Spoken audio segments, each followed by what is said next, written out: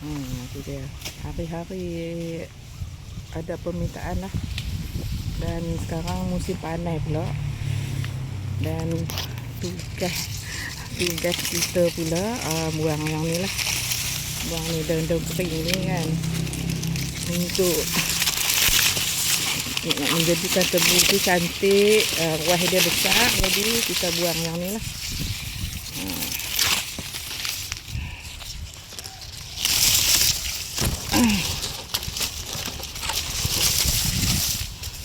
Kerjaan macam ni memanglah nampak macam teruk kan, tapi inilah hasilnya.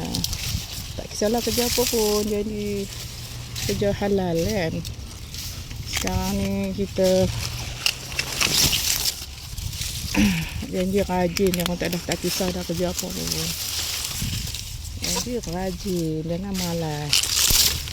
Ada tanah kita manfaatkan, macam tanam tebu. Tak perlu penjagaan yang rapi sangat pun tebu ni.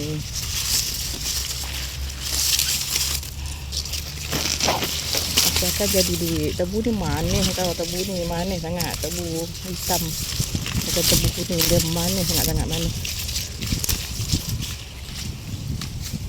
Tuh, banyak. Sehari 200 batang tu kalau orang nak memang kita boleh bekalkan.